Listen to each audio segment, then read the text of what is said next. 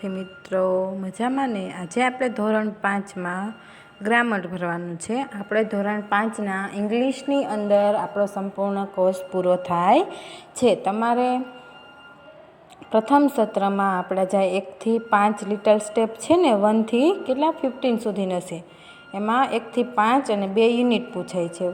એટલે કે 1 થી 5 તમારે જે લિટલ સ્ટેપ છે એમાં આપણે પહેલાં લિટલ સ્ટેપમાં કેટલું આવે છે તો કે લિટલ સ્ટેપ 1માં 1 3 4 એટલે 1 2 3, પછી લિટલ સ્ટેપ 2માં 4 5 6, એમ લિટલ સ્ટેપ 3માં તો કે 7 8 9, પછી લિટલ સ્ટેપ 4માં તો કે 10 11 12 અને લિટલ સ્ટેપ 5માં 30 14 ને 15.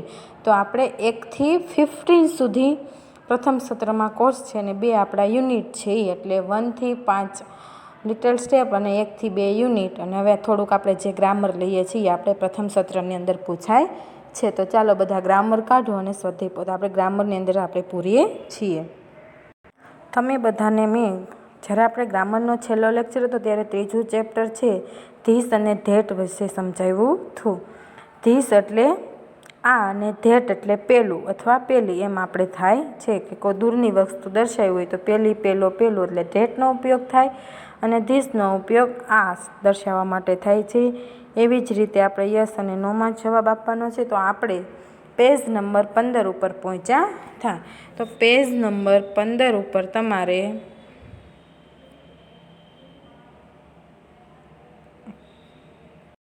પેજ નંબર 15 ઉપર આપણે પેલું છે એ કરીએ તો કે ચિત્ર જોવો અને ધીસ અને ધેટનો ઉપયોગ કરી વાક્ય બનાવવાનું છે. તો ધીસ એટલે દૂરનું, ધીસ ઇઝ ઈ બુક એટલે જે નજીકનું છે ધીસ, અને ધેટ એટલે પેલું તો આ દૂરની વસ્તુ દર્શાવવાની છે.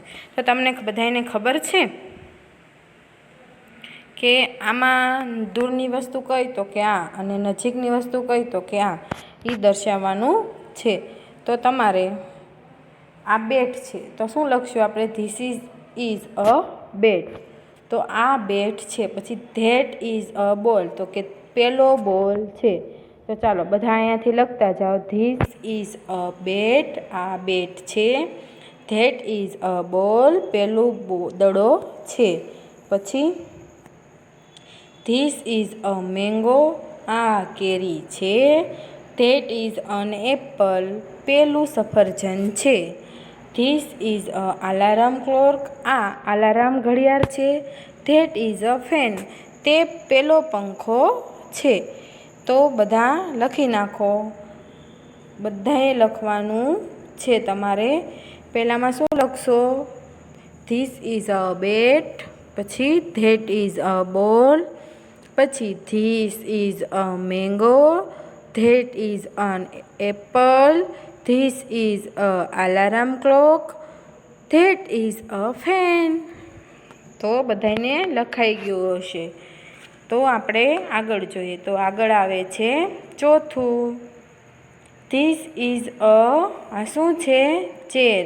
તો બધાએ અહીંયા ચેર લખવાનું છે. શું લખશો? ચેર. બધાએ ચેર લખવાનું છે. પછી ધીસ ઇઝ અ ટેબલ. તો ચાલો બધા પહેલાં લખીએ આપણે ચેર. ચેર કઈ રીતે લખાય? ચેરનો સ્પેલિંગ બધાને આવડે છે ને? આ મેં એટલા માટે બાકી રાખ્યું કે તમને બધાને થોડું થોડું આવડી જાય લખતા. તો ચાલો બધા ચેર છે એ લખો. This is a chair. પછી ધેટ ઇઝ અ ટેબલ, પેલું ટેબલ છે. This is a bus, this is a bus. That is a car, પેલી કાર છે, આ બસ છે. તો અહીં તમારે શું લખવાનું? બસ. અને અહીંયા ચેરનો સ્પેલિંગ તમારે લખવાનો છે. અને અહીંયા ટેબલનો સ્પેલિંગ તમારે લખવાનો, ટેબલનો સ્પેલિંગ લખવાનો છે. અહીંયા બસનો, અહીંયા કારનો. પછી ધીસ ઇઝ અ ક્રાઉ, એટલે આ કાગડો છે. ધેટ ઇઝ અન, શું આવશે? ધેટ ઇઝ અન. બધાને આવડવું જોઈએ. આવડે છે બધાને? નથી આવડતું? તો બધાને આવડ્યું? That is an owl. શું લખવાનું છે? આઉલ. આઉલનો સ્પેલિંગ શું થાય? OWL, OWL. પેલું ઘુવડ છે. This is an elephant. શું થશે? એલિફન્ટ. એલિફન્ટનો સ્પેલિંગ ELEPHANT.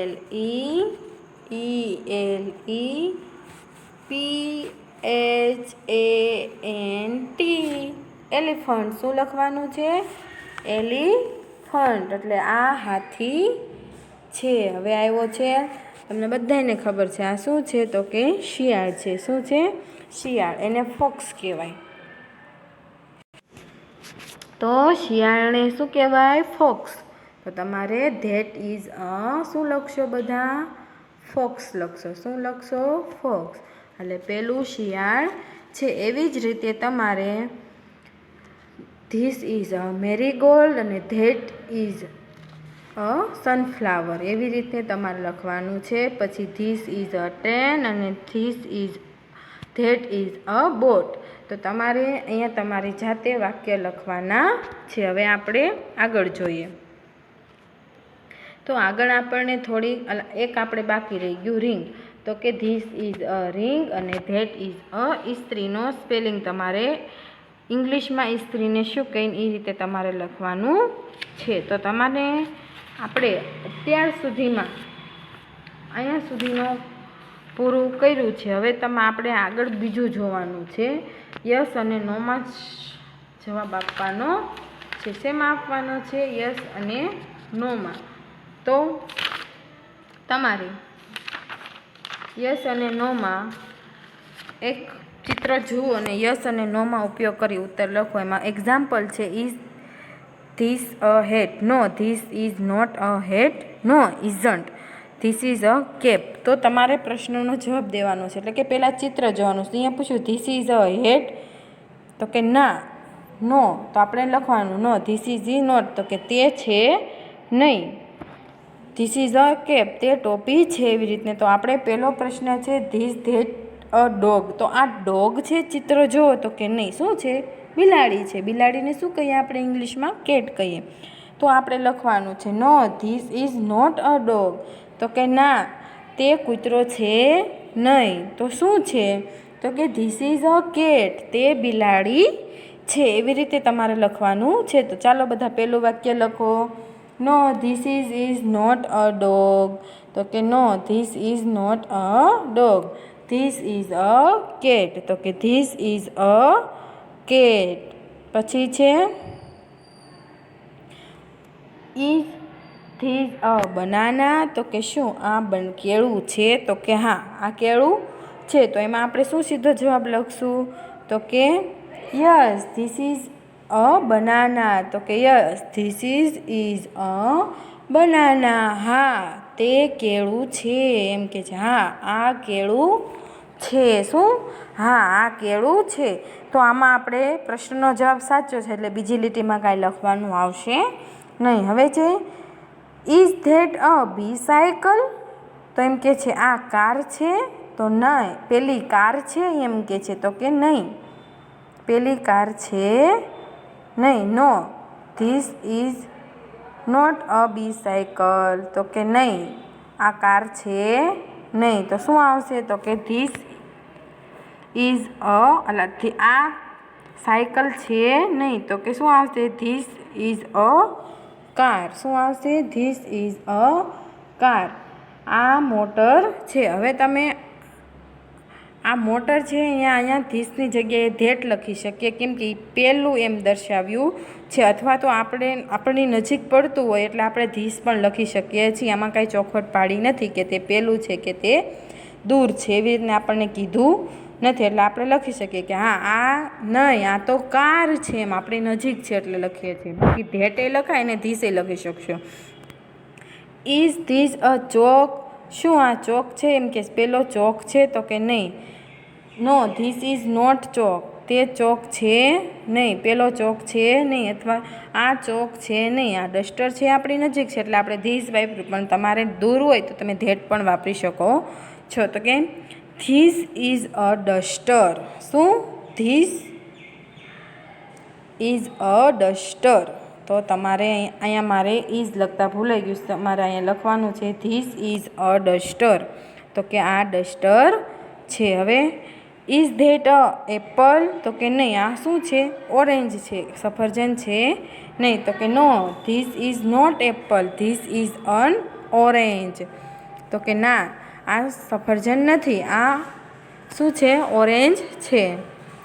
તો કે ઇઝ ધીસ અ એલિફન્ટ? તો કે હા, હાથી છે. જો અહીંયા શું કર્યું એ લોકોએ રીતે, હાથી પહેલો હતો તો અહીંયા શું વાપર્યું? ધીસ વાપર્યું. એટલે ધીસ ધેટ આમાં વાપરવામાં કાંઈ આપણને આપણી નજીક છે એટલે તમે વાપરી શકો છો. તો કે yes, this is un elephant. શું છે? હા, આ હાથી છે એમ. હવે આવે છે ધીસ ઇઝ અ બ્રાઇડ? તો કે આ બ્રાઇડ છે? તો કે નહીં, no, this is not a bride, this is a kite. શું છે? ધીસ ઇઝ અ કાઇટ એટલે કે તે પતંગ, એટલે કે આ પતંગ છે. એવી રીતે અહીંયા આપે છે ઇઝ ધીસ અ શીપ? તો કે હા, તો કે yes, this is a sheep એટલે કે તે ઘેટું છે. પછી તમારે જાતે લખવાનું. પછી કહેશે ઇઝ ધીટ અ ટ્રી? તો કે yes, that is a tree, પેલું ઝાડ છે. પછી કહે છે ઇઝ ધીસ અ અમ્બ્રેલા? તો કે yes, this is un umbrella, હા, તે છત્રી છે. પછી કહે છે ઇઝ ધેટ અ લેફ?